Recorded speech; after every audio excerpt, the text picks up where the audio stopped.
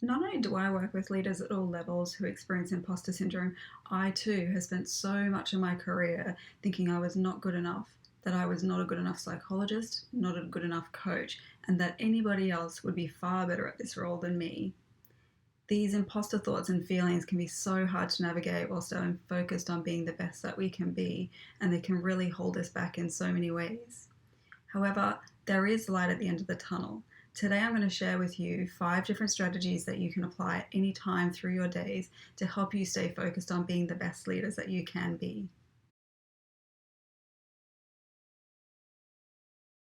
Accept that you won't be expert and the best at everything that you do, and that there is no one best person for this role. There will be people far more knowledgeable and experienced than you, and you will be far more knowledgeable and skillful than many others. Accept that you don't know everything, and nor do you need to. Leadership is not a solo endeavor. It is about harnessing the capability in a team and collaborating within a team using diverse skills and knowledge to deliver the best outcomes that you can. Accept that your thoughts and feelings will come and go, and that while they don't feel good, they don't need to be fixed, and that they don't define you or say anything particularly meaningful about you. Also, remember that you're not alone in this journey. There is a good chance that somebody in your team is also going through what you're going through right now. 70% of people also experience imposter syndrome, and there is a lot of comfort in knowing that you are not alone in this journey, that there is nothing wrong with you, and that this is perfectly normal to have these thoughts coming and going.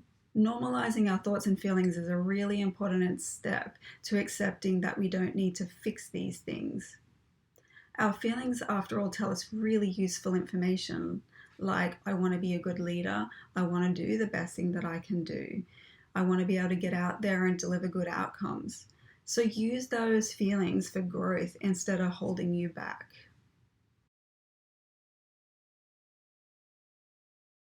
Humans like to think that everything that we think is true and a command to action.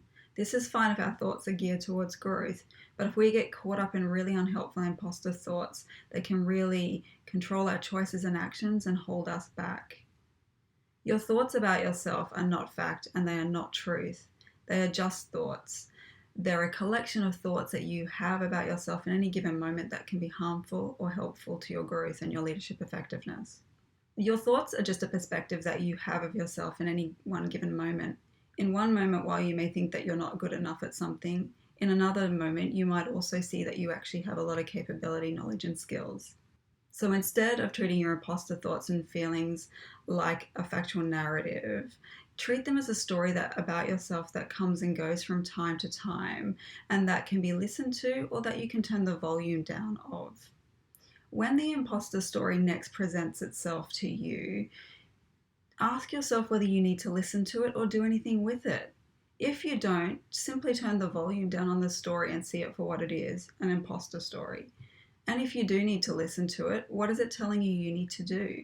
What action can you take as a result of these thoughts and feelings to help you be more effective as a leader?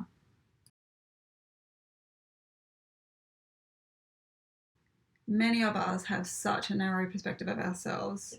We focus heavily on our flaws and our perceived weaknesses while we ignore or filter out our strengths and capabilities. I mean, essentially, this is exactly what the imposter syndrome is.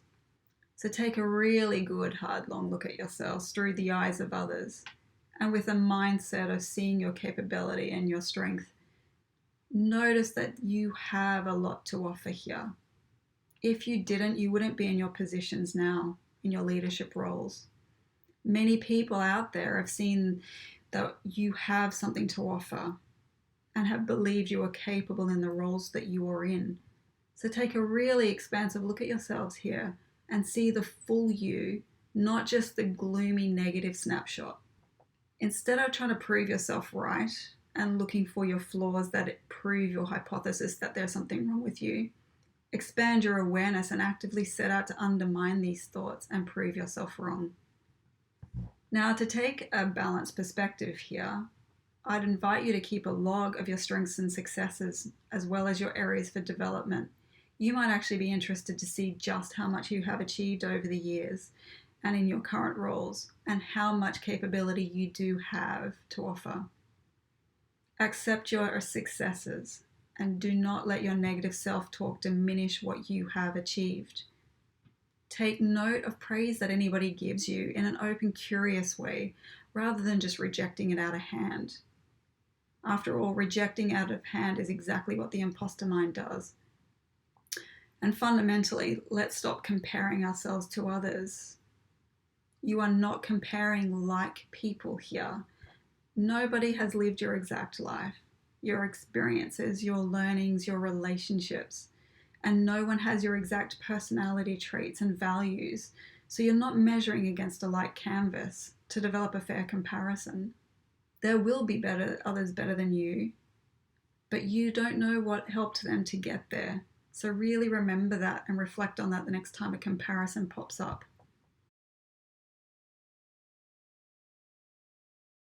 Getting locked into the struggle and the thoughts and feelings about ourselves not only disconnects us from the present moment, it robs us of our vitality and well-being.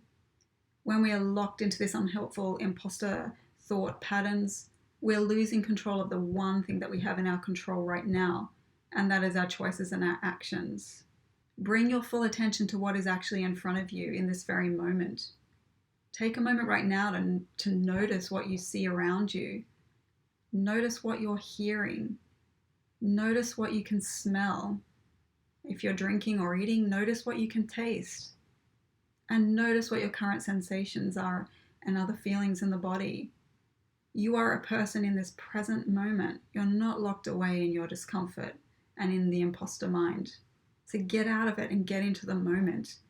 Make informed choices and take definitive action based on what is in front of you right now, not based on the fears and doubts of the imposter mind.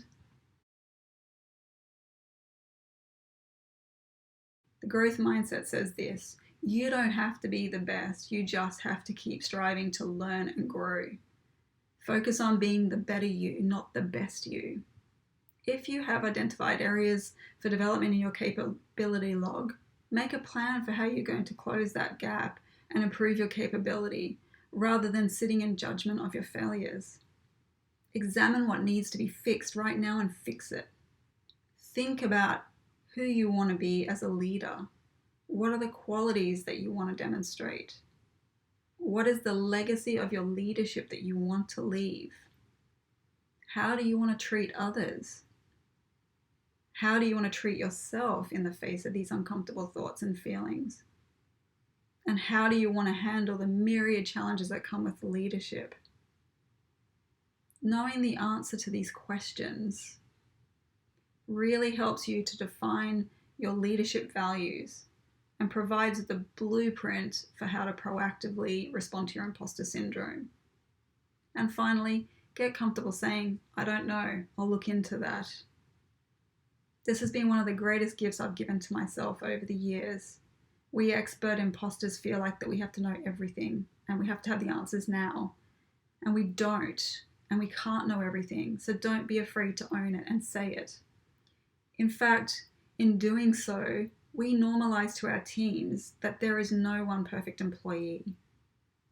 And we can build a strong culture that embraces willingness to learn, to ask questions and be curious, and fundamentally strive to be better. We can build a culture where there is shared accountability and overall performance for the team's successes. We don't have to walk this path alone.